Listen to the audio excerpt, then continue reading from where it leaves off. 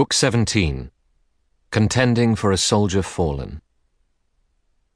In the midst of the great fight, the eye of Menelaus, dear to the war god, had seen Patroclus brought down by the Trojans. Now he came forward in his fiery bronze, through clashing men, to stand astride the body, protective as a heifer who has dropped her firstborn calf. She stands above it, lowing, never having known birth pangs before. So over dead Patroclus, Menelaus planted his heels, compact shield and spear thrust out to kill whoever might attack him. One whose heart leapt at Patroclus's fall was Panthous' son, Euphorbus. Halting nearby, he said to Menelaus, "Son of Atreus, nobly bred, Lord Marshal, yield, leave the corpse, give up his bloody gear. No Trojan hit Patroclus in the fight before I hit him.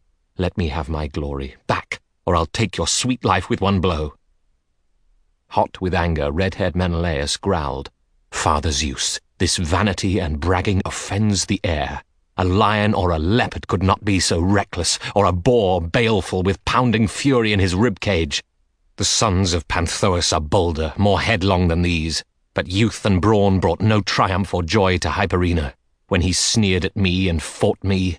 Feeblest of all Darnæans he called me. Never on his own feet, I swear, did he return to gladden wife and kin. Aye, and you, I'll break your fighting heart if you stand up to me. Give way. Don't challenge me. Get back into the ruck before something happens to you. Any fool can see a thing already done."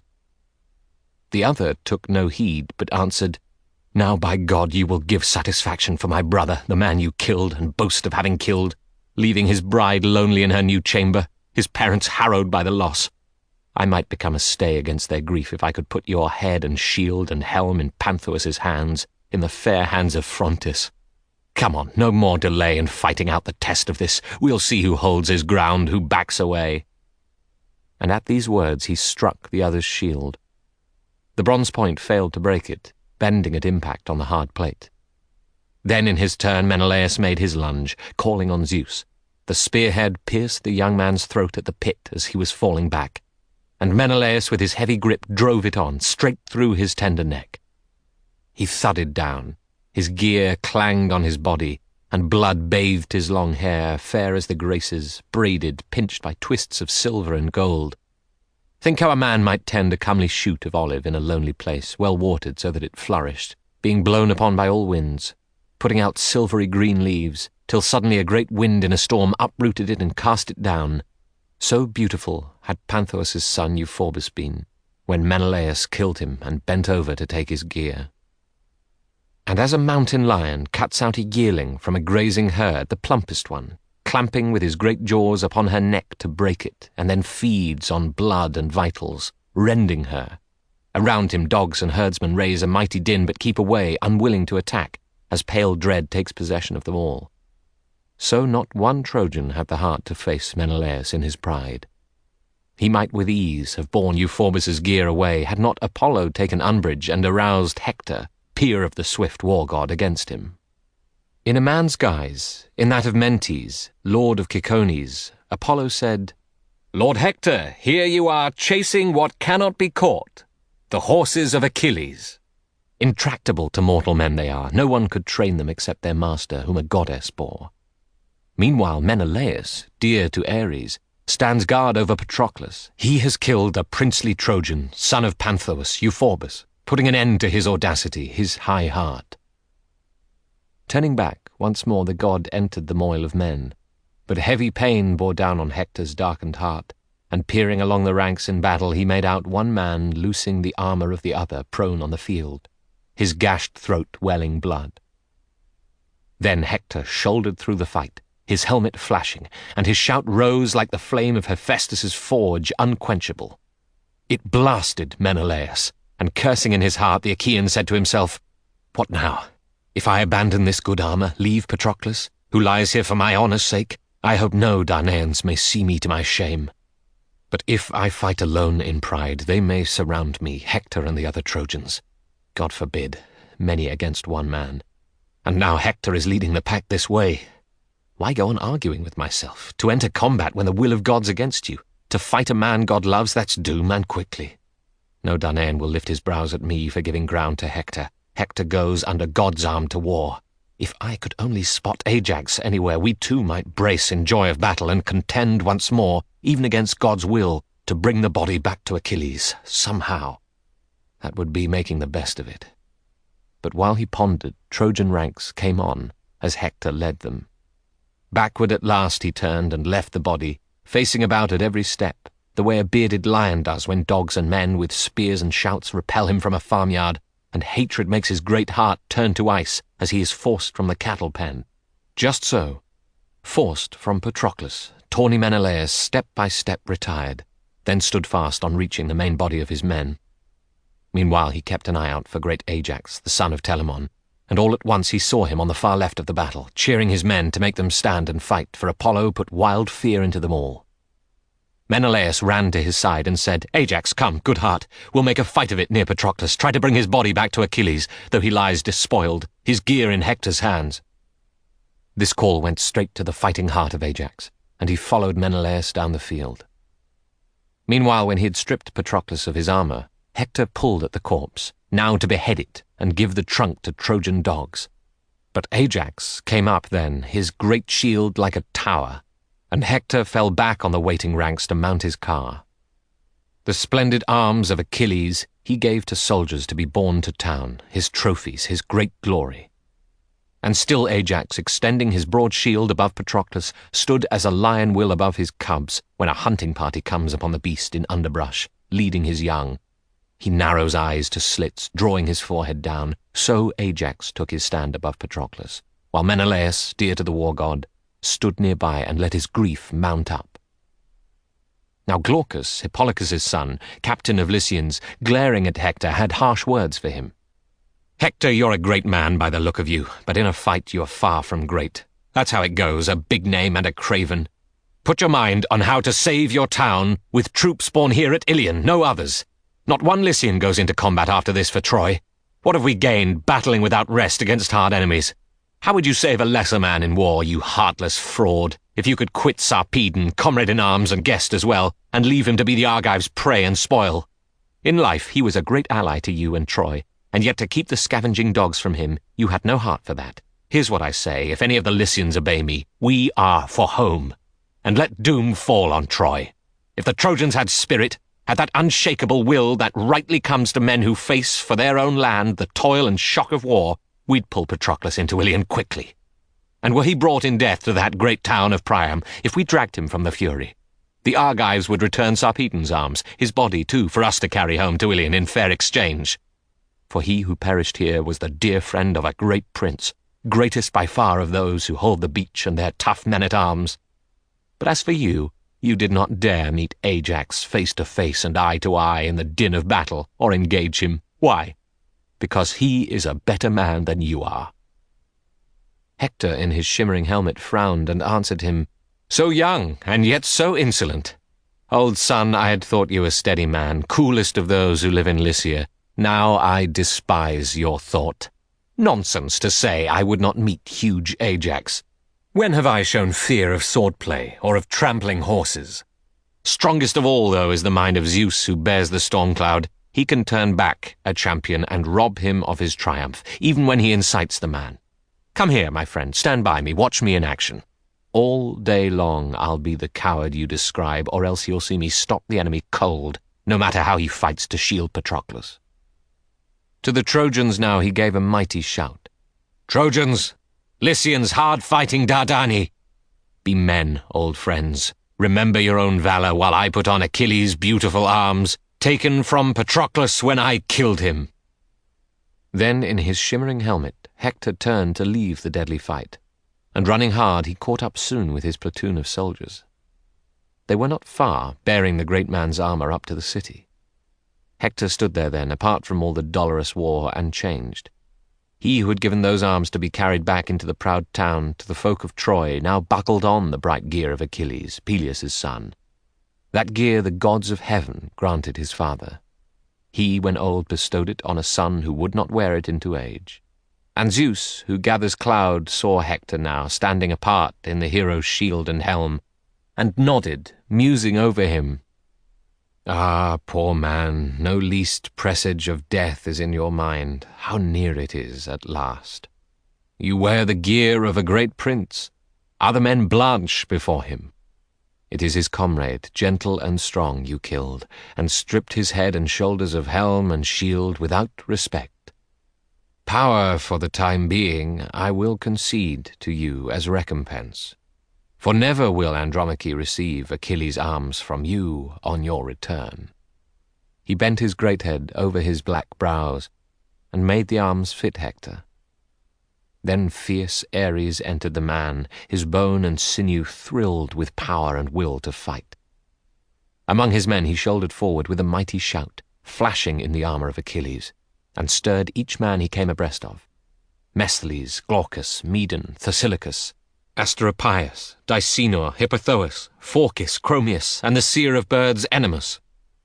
In a swift speech he urged them, "Hear me, hosts of neighbors and allies. Not from desire for numbers or display did I enlist you, bring you from your cities here to Troy.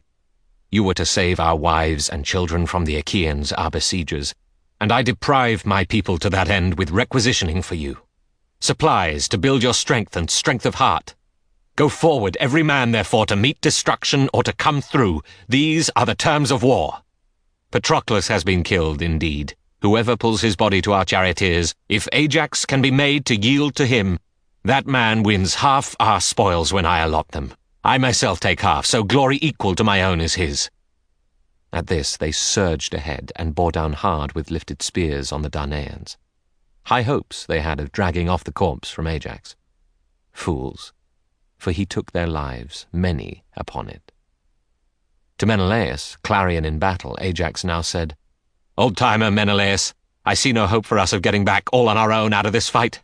My fear is less for the dead body of Patroclus, glutting the dogs and birds he may be soon, than for my life and yours in mortal peril. Hector's a battle cloud covering everything. Our death looms in that cloud. Call to our champions if they can hear you." Menelaus complied, and high and clear made himself heard by the Danaans. "Friends, captains and lords of Argives, all who drink with Agamemnon and with Menelaus wine of the peers, and all those in command of men-at-arms, glory from Zeus attend you. I find it hard to pick out single men, the action being so hot, but let each one come forward on his own against the shame of seeing Trojan dogs sport with Patroclus." Ajax the runner, son of Oileus, heard distinctly and came first through battle on the run. Idomeneus came next, and his retainer Meriones, peer of the murderous war-god. Then the rest, and who could name so many in his mind who came up afterward to rouse the action? Now the Trojans charged, all in a mass, led by Hector. As at a river mouth, a big sea thunders in against the stream, high banks resound, and spume blows from the surf, so came the Trojans shouting. The Achaeans formed a line in singleness of heart around Patroclus, walled by brazen shields, and Zeus, the son of Cronos, poured thick mist about their shining helms, for in the past Patroclus never had offended him while he lived on as the comrade of Achilles. Now he hated to see him prey to dogs, and stirred his friends to fight for him. First, though, the Trojan impetus bent the Achaean line back from the dead man, wavering, though not one could Trojan spearmen kill for all their passion. Now they pulled at the corpse, but not for long were the Achaeans to be parted from it. Ajax made them spring back, he whose bulk and feats of war surpassed all the Achaeans after Prince Achilles. Plunging ahead, he broke the Trojans, valorous as a boar in mountain land who scatters dogs and men with ease, wheeling upon them in a glade. Even so the son of Telamon, magnificent Ajax, whirled about and broke the clump of Trojans that had ringed Patroclus, thinking now surely to drag away the body to their own town and win a claim for it. Aye, the illustrious son of the Pelasgian Lethus, Hippothous, looping his sword-belt around the tendons at the ankles, drew the body backward on the field of war to win favour with Hector and the Trojans. Black fate came to him. None could deflect it. Ajax, leaping through the melee, struck his helm with brazen cheekplates. Round the point, the ridge that bore the crest crumpled at impact, cleft by a great spear in a massive hand. His brains burst, all in blood, out of the wound as far as the spearhead socket. On the spot, his life died out in him, and from his hands he let Patroclus's foot fall to the ground as he pitched forward, head first on the body, far from Larissa's rich farmland.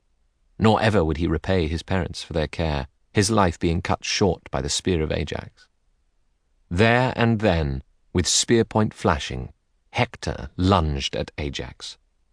Ajax saw it coming and dodged the bronze point by a hair. Instead, the shock came to the son of Iphitus, Schedius, a Phocian hero, who had lived as lord of many in renowned Panopeus. Now the spear caught him under the collarbone. The bronze point cut through to his shoulder blade, and down he crashed, his war gear clanging on him. For his part, Ajax hit the son of Phenops, veteran Phorcys, in the middle belly just as he came up to Hippothoos. The spearhead broke his cuirass at the joint and pierced his abdomen. Fallen in the dust, he clutched the earth with hand outspread. His men fell back then. So did Hector. And the Argives gave a loud cry as they dragged off the bodies of Phorcys and Hippothoos, ripping from their shoulders gear of war.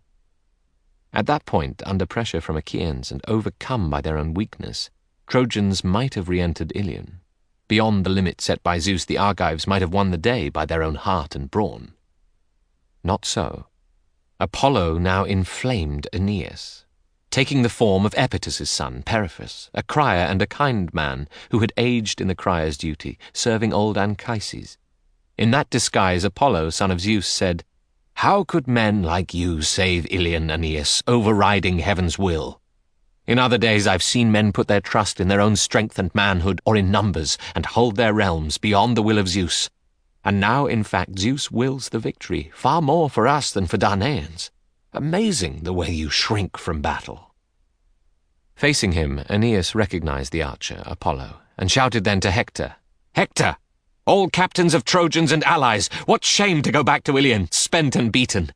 Here, standing near me, is a god who tells me Zeus on high is our defender, Zeus, master of battle. Come, we'll cut our way through the Danaans, and God forbid they take Patroclus' corpse aboard ship at their leisure." At this he leapt ahead and took position forward of his line. The rest swung round and faced the Achaeans. With his spear, Aeneas hit Arisbas' son, Leocritus, comrade of Lycomedes, and the heart of Lycomedes grieved as he went down. He moved in range, thrust out, and hit Apisaon Hippocydes, a captain, in the liver under the ribs. His knees buckled, and he who had come from Paeonia, the best at warfare after Asteropaeus, fell to earth.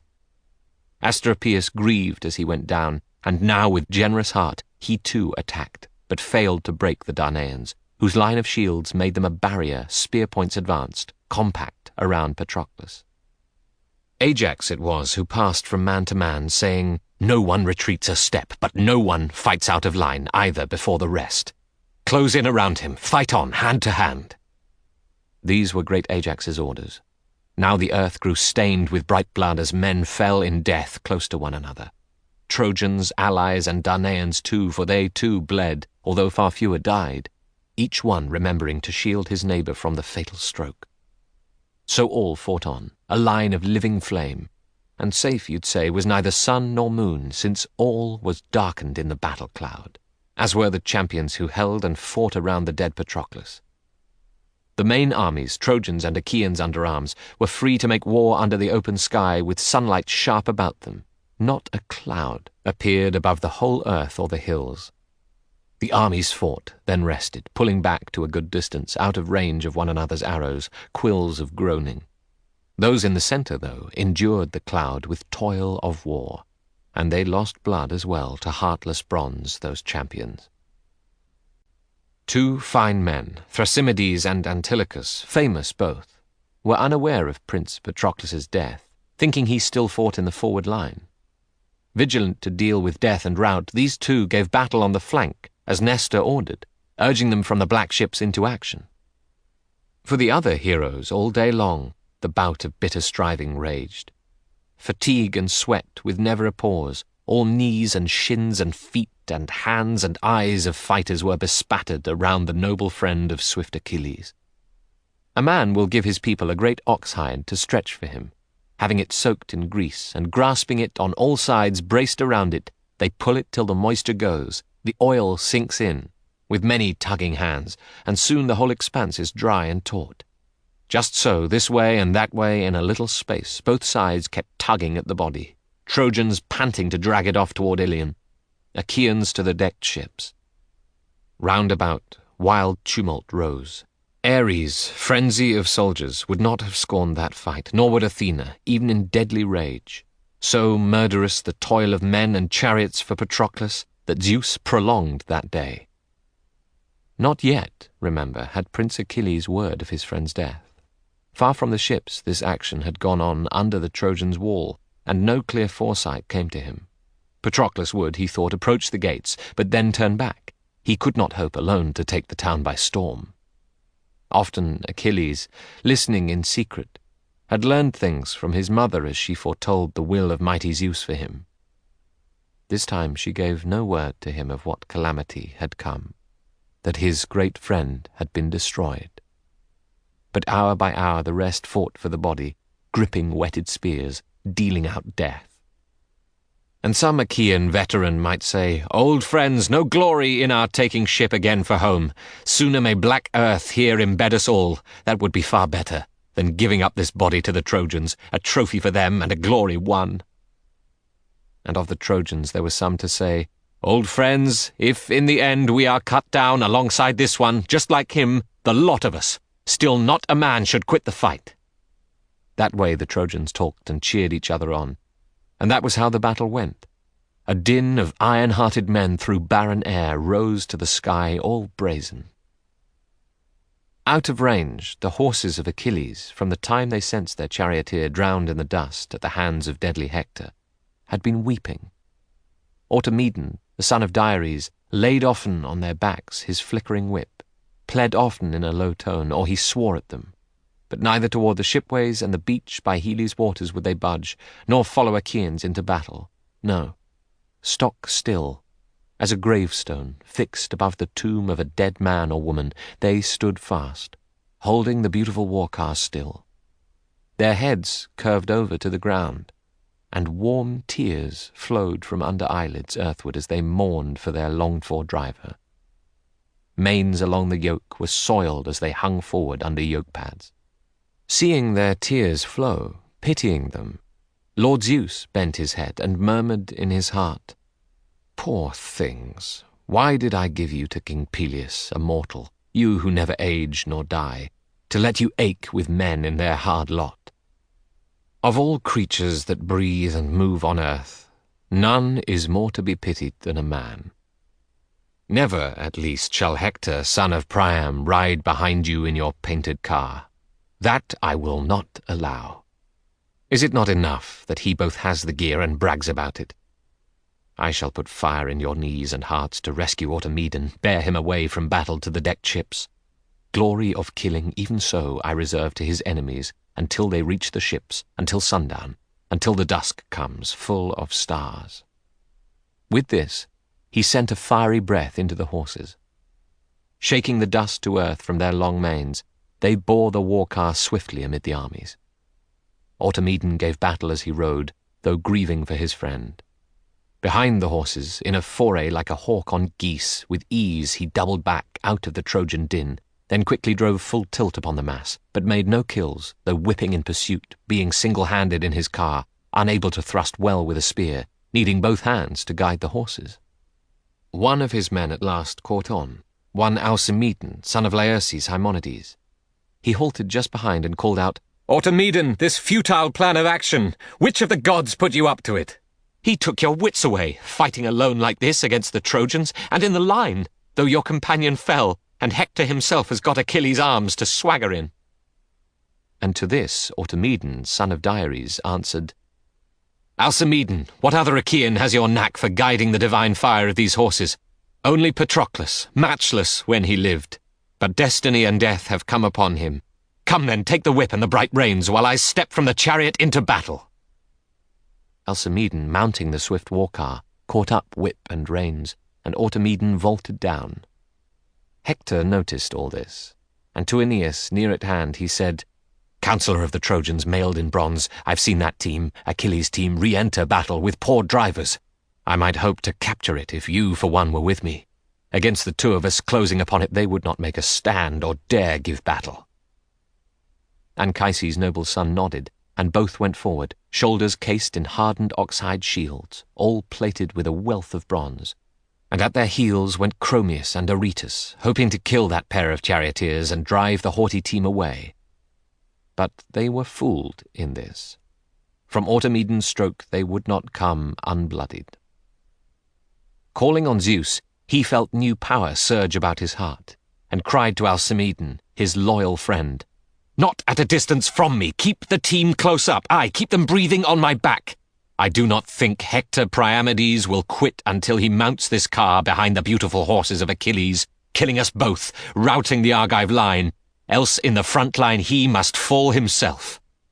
To those called Ajax and to Menelaus he shouted, "Ajax and Ajax, captains of Argives, and you, Menelaus, turn the body over to your best men, let them stand by and hold the enemy back. But come yourselves, defend the living too. The pair of us ward off our evil hour. Hector and Aeneas, Trojan champions, have put their weight into the painful battle. Now by heaven the issue lies upon the gods' great knees, and as for me, I'll make my throw. Let Zeus look after all the rest." Rifling the spear over its long, slim shadow, he let fly and hit Aretus's circular shield. The surface failed to hold, and the bronze point drove on straight through his belt into the lower belly, as when a rugged fellow with an axe has cleft an ox behind the horns and cut through all the hump, so the beast rears and falls. Aretus reared and tumbled back, undone by the long spear still quivering in his bowels. Now with his spearhead flashing, Hector cast at Automedon, who foresaw the cast and doubled forward, dodging under the point. The great shaft punched into the earth behind him, sticking there, vibrating. Burly Ares deprived it of its force there. Now with swords the men made for each other, hand to hand, but soon the two named Ajax broke them apart, shouldering at their friend's call through the press. Flurried by these two, Hector and Aeneas, Chromius too, backed off again, leaving Aretus lying there, his life slashed out of him. Then Automedon, peer in speed of the war god, took the dead man's armour, and vaunting cried, "By heaven now, I've eased my heart somewhat of anguish for Patroclus, tearing out a man's guts, but no such man as he." Lifting the blood-stained gear into his car, he stepped aboard, his legs and forearms wet with blood, like a lion sated on a bull. Over Patroclus the rough combat widened, loud with oaths and sobs, and from the sky Athena came, kindling the fight, for Zeus, who views the wide world, as his humour changed, had sent her down to stiffen the Danaans. As when from stormlit heaven he bends a rainbow, omen of war to mortal men, or omen of a chill tempest, pelting flocks and herds, and ending the fieldwork of countrymen, so, folded in a ragged cloud of stormlight, Athena entered the Achaean host. She braced each soldier's will to fight, but first to the son of Atreus, massive Menelaus, she spoke, as he stood near to her. Her form seemed that of Phoenix, her strong voice his voice. "The shame of it will make you hang your head, Menelaus, if glorious Achilles' faithful friend is dragged under Troy wall by ravening dogs. Call on your own strength, and put fight in the army." Menelaus, the deep-lunged man of battle, answered her, "Phoenix, yes, old-timer full of years, and may Athena give me force, may she deflect the spears. My will is to defend Patroclus. When he died, it touched my heart. But Hector is a devouring flame. He will not pause laying about him. Zeus exalts him." At this the grey-eyed goddess secretly took pleasure that of all the gods he chose to make his prayer to her. Power in his shoulders she instilled, and gristle in his knees, and in his heart the boldness of a shadfly, fiercely brushed away but mad to bite, as human blood is ambrosial drink to him. So furious daring swelled in Menelaus's dark chest cave, and he regained his place above Patroclus, levelling his spear. There was a Trojan, son of Eetion, Podes by name, a rich and noble man, whom Hector honoured most in all the realm as his convivial friend. This was the fighter tawny Menelaus hit in the belt as he recoiled, and drove the spearhead through. He went down with a crash.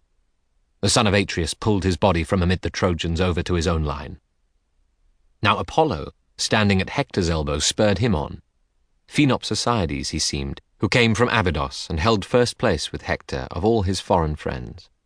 In this man's guise the archer Apollo said, "Would any Achaean fear you now? How openly you shrank from Menelaus! In the past, at least, no tough man with a spear. Just now, alone, he carried off a dead man from the Trojans, a faithful friend of yours whom he had killed, a brave man in attack, Podes, the son of Eetion." Then a cloud of pain darkened the heart of Hector. Amid attackers, he went forward, helmed in the fiery bronze. And now the son of Cronos took in hand the storm cloud with its fringe and fitful glare, and hid in cloud Mount Ida. Flash on flash he let his lightning fall, with rumbling thunder shaking the earth. To the Trojans now he gave clean victory, and he routed the Achaeans. First to panic was Peneleus the Boeotian. As he turned, face to the front, he took a spear wound in the shoulder, just a grazing wound, but one that nicked the bone, from Polydamas's point, thrust close at hand. And at close quarters, Hector wounded Laertes, great Electrion's son, on the forearm and put him out of action. He retreated, thinking no longer with one useless hand to fight the Trojans. And as Hector chased him, Idomeneus cast at the Trojan's cuirass, hitting him near the nipple, but the shaft broke off below the point. A cry went up from the Trojan side, and Hector threw in turn at Idomeneus, the son of Deucalion, mounted now in his chariot. By a hair he missed him, but the spear brought down Meriones' friend and driver, Coiranus. From Cretan Lyctus, Coiranus had come along with Meriones. At first that day, Idomeneus had left the camp and ships on foot in peril, offering the Trojans a triumph, had not Coiranus driven up full speed and come abreast to be his saviour, shielding him from his evil hour. Coiranus now lost his life to Hector, killer of men, who speared him under jaw and ear and pried his teeth out, roots and all, splitting his tongue. Down from his chariot he fell, dropping the reins to earth. Meriones bent to take them in his own hands, then said to Idomeneus, "Use your whip to make it to the camp. You know as well as I there's no fight left in the Achaeans." Away and toward the ships, Idomeneus lashed his horses with long manes, for fear had entered him at last. Great Ajax and Menelaus were not blind. They saw that Zeus accorded victory to the Trojans. Telamonian Ajax bowed before it. "Damn this day," he said. "A fool would know that Zeus had thrown his weight behind the Trojans. All their stones and javelins hit the mark, whoever flings them, good soldier or bad. As for ourselves, no luck at all. Our shots are spent against the ground. We two alone may think what's best to do. Somehow to try dragging the body back as we ourselves return alive to comfort friends of ours. There they are, desperately looking toward us, hopeless now of a pause in Hector's rage, his uncontainable handiwork. They see he'll break in on our black ships. Now if only there was a man to run for it, to bring word to Peleus' son. I think he can't have heard the black report that his dear friend is dead.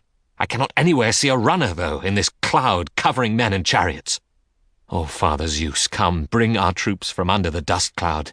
Make clear air, give back our sight, destroy us in daylight as your pleasure is, to see us all destroyed." The father pitied him, seeing his tears flow. He dispersed the cloud, rolled back the battle haze, and sunlight shone, so the whole fight became abruptly clear. Then Ajax said to Menelaus, "Will you use your eyes now, royal friend, to spot, if you can, Antilochus, Nestor's son and a good fighter? Send him on the run to tell Achilles of his dear friend's death." Menelaus complied, but slowly, as a lion goes from a farmyard lagging, tired out with worrying dogs and men who watched all night to keep him from his choice of fatted cattle. Avid for meat, he bounds in to attack but has no luck. A hail of javelins thrown by tough cowherds comes flying out at him, and brands of flame from which he flinches roaring. At dawn, he trails away with sullen heart. So Menelaus, lord of the great war cry, left Patroclus, hating to go, afraid the panicking Achaeans would abandon him to be their enemy's prey. He lingered long, bidding Meriones and the two named Ajax, "Remember poor Patroclus, each of you, his warmth of heart. He had a way of being kind to all in life. Now destiny and death have overtaken him." Then Menelaus turned to search the field, keen as an eagle who has, they say, of all birds under heaven the sharpest eyes. Even at a great height, he will not miss a swift hare gone to earth under a shady bush. He plummets down straight on him, catches him and tears his life. So your bright eyes, Prince Menelaus, glanced everywhere amid the crowd of soldiers, looking for Nestor's son if he lived still. And soon enough he found him on the left flank, cheering his men, sending them into action. And as he reached him, red-haired Menelaus cried, "Antilochus, come here, young prince, and hear sad news. Would God it had not happened. You yourself have seen, I think, by now, that God sends ruin surging on our army. Victory goes to the Trojans. Our best man, Patroclus, fell. Irreparable loss and grief to the Danaans. Here is your duty. Run to the ships, tell all this to Achilles, in hope that he can make all haste to save the disarmed corpse and carry it aboard, though Hector has his armour." Hearing these words, appalled and sick at heart, Antilochus lost for a time his power of speech. His eyes brimmed over, and his manly voice was choked. Yet even so he heeded Menelaus, handing over his armour to his friend Laodocus, who turned his team and chariot near to him. Then he set off on the run. And so, in tears, Antilochus left the battle, with evil news for Achilles Pylades. As for you, Menelaus, you did not lend a hand to his friends when he had gone, leaving a great void for the men of Pylos. Rather, Menelaus sent Thrasymedes, and ran back to Patroclus. There he stood by those named Ajax, telling them, "I found him, then I sent him shoreward. He will report to our great runner Achilles. But I doubt Achilles will appear, even though he'll be insane with rage at Hector. Can he come to make war on the Trojans without armour? No, we had better plan it for ourselves, how best to save the dead man, and how best escape death in the hue and cry of Trojans." Telamonian Ajax answered, "All you say is reasonable, Excellency. Be quick, you and Meriones, get good leverage under the body, lift it, and lug it back out of the line. We two will stay behind to engage the Trojans and Prince Hector. Being alike in name and heart, often in the past we've waited side by side for slashing Ares." At this Menelaus and Meriones got their arms under the dead man, and gave a great heave upward. From the Trojan mass a cry broke out as they perceived the Achaeans lifting the body, and they set upon them like a dog-pack chasing a wounded boar ahead of young men hunting. For a while they stream out in full cry, ready to rend him, but when he wheels to take them on, staking everything in his own valour, they recoil and swerve this way and that. The Trojans, too, came harrying behind them in a pack, with cut and thrust of sword and bladed spear. But when the two named Ajax wheeled and stood to menace them, their faces changed. Not one dared charge ahead for a contest over the body. Guarded so, the bearers might and main strove on to bring it to the ships. Around them battle spread like a fire that seethes and flares once it has broken out upon a city. Houses fall in with flame bursts as the wind makes the great conflagration roar. So now incessant din of chariots and spearmen beset them on their way. Grim as a mule team, putting their strong backs into hauling down a rocky footpath on a mountainside, a beam, or a ship's timber, and their hearts are wearied out, straining with toil and sweat, so these with might and main carried the body. And close behind, the two named Ajax fought their rearguard action. As a wooded headland formed across a plain will stem a flood and hold roiled currents, even of great rivers, deflecting every one to wander, driven along the plain, and not one, strongly flowing, can wash it out or wear it down. Just so, the two named Ajax held the fighting Trojans and threw them back. Still they pressed on, and most of all Aeneas and Chiseides with brilliant Hector. As a cloud of starlings or jackdaws, shrieking bloody murder, flies on seeing a hawk about to strike, he brings a slaughter on small winged things. Just so, under pursuit by Hector and Aeneas, Achaean soldiers shrieked and fled, their joy in combat all forgotten. Routed Achaeans' gear of war piled up along the moat, and there was never a respite from the battle.